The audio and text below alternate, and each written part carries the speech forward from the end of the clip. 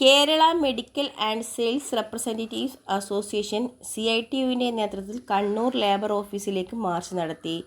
തൊഴിൽ നിയമനം സംരക്ഷിക്കുക, ഔഷധേതര വിപണന മേഖലയിലെ സെയിൽസ് സമ്മർദ്ദങ്ങൾ അവസാനിപ്പിക്കുക, തൊഴിലാളി വിരുദ്ധ നിലപാടുകളുള്ള കമ്പനി മാനേജ്മെൻറ്റുകൾക്കെതിരെ നിയമ നടപടികൾ സ്വീകരിക്കുക ആവശ്യങ്ങൾ ഉന്നയിച്ചാണ് മാർച്ച് നടത്തിയത്.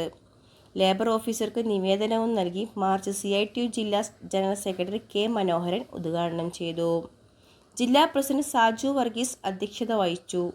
VU Hemant, CS Jayan, TT Ranjith, ഹിരൺകുമാർ, C. Nikhil, AC Prajith എന്നിവർ സംസാരിച്ചു. അതിനകത്ത് CITU ഉണ്ട്, അതിനകത്ത് AITUC ഉണ്ട്. എല്ലാ സംഘടനകളും ചേർന്നുകൊണ്ട് ആ കോൺക്ലേവിനകത്ത് കേരളത്തിനകത്തുള്ള വ്യവസായ പ്രമുഖരുമുണ്ട്. അവരെല്ലാം തന്നെ ചേർന്നുകൊണ്ട് എങ്ങനെയാണ് തൊഴിലാളികളെ അടിമകളാക്കുന്ന ലേബർ കോഡിനെ കേരള സംസ്ഥാനത്തിന് മറികടക്കാൻ സാധിക്കുക. ആ കോൺക്ലേവ് ഒരു തീരുമാനമെടുത്തു, ഒരു കമ്മീഷൻ നിശ്ചയിക്കാൻ. ജസ്റ്റിസ് ഗോപാൽ ഗൌഡ കമ്മീഷൻ എന്ന് പറഞ്ഞുകൊണ്ട് ഒരു കമ്മിറ്റിയെ നിശ്ചയിച്ചു.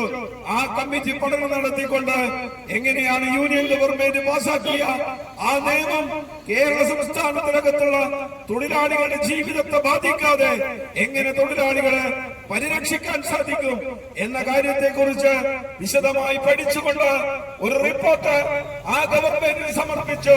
പക്ഷെ എന്തു പറയാനാ, ആ റിപ്പോർട്ട് സമർപ്പിക്കപ്പെട്ടപ്പോ തെരഞ്ഞെടുപ്പ് പ്രഖ്യാപിക്കപ്പെട്ടപ്പോ സ്വാഭാവികമായിട്ടും ചട്ടം ഭാഗമായി തെരഞ്ഞെടുപ്പിനകത്ത് ഇടതുപക്ഷ ജനാധിപത്യ മുന്നണി പരാജയപ്പെട്ടു. വലതുപക്ഷം കേരളത്തിനകത്ത് അധികാരത്തിൽ വന്നു.